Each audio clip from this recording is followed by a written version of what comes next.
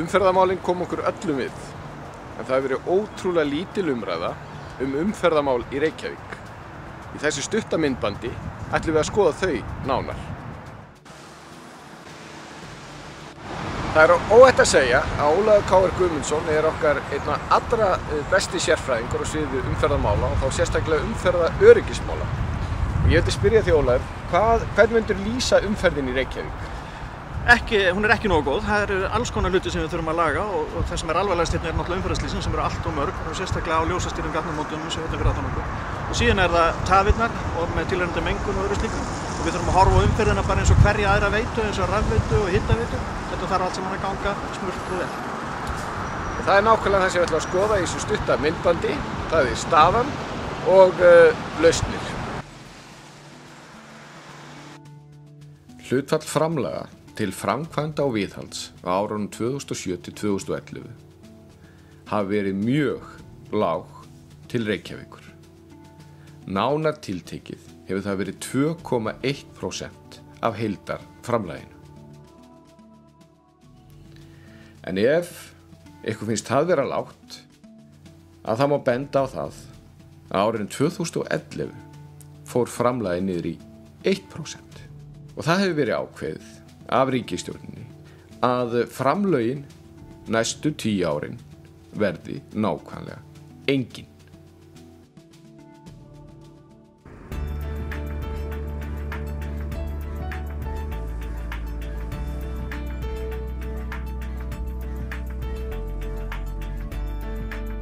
Við þekkjum öll umferðina Miklubraut á morgnana.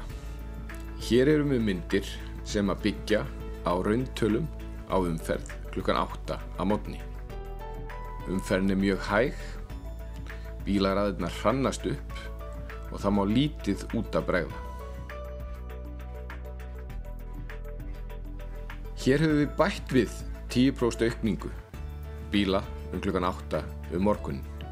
Eins og þið sjáið að þá verður þung umferð ennþá þyngri og hér erum við að sjá vandræða ástand.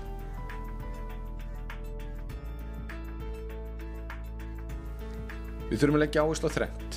Við þurfum að nýta umferðarlíkan við stefnumótun í umferðarmálum í höfuðborginni.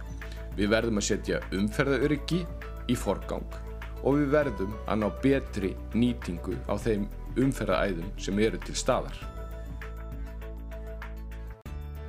Á árunum 2007 til 2011 voru 11 banaslys í höfuðborginni.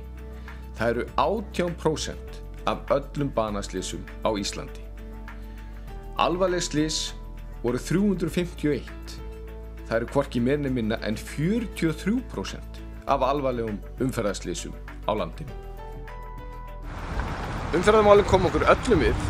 Þetta myndband var gert til þess að vekja athygli á stöðunni og vekja líka athygli á því að við getum leyst úr þessum vanda. En til þess að leysa þennan vanda þurfum við pólitískan vilja.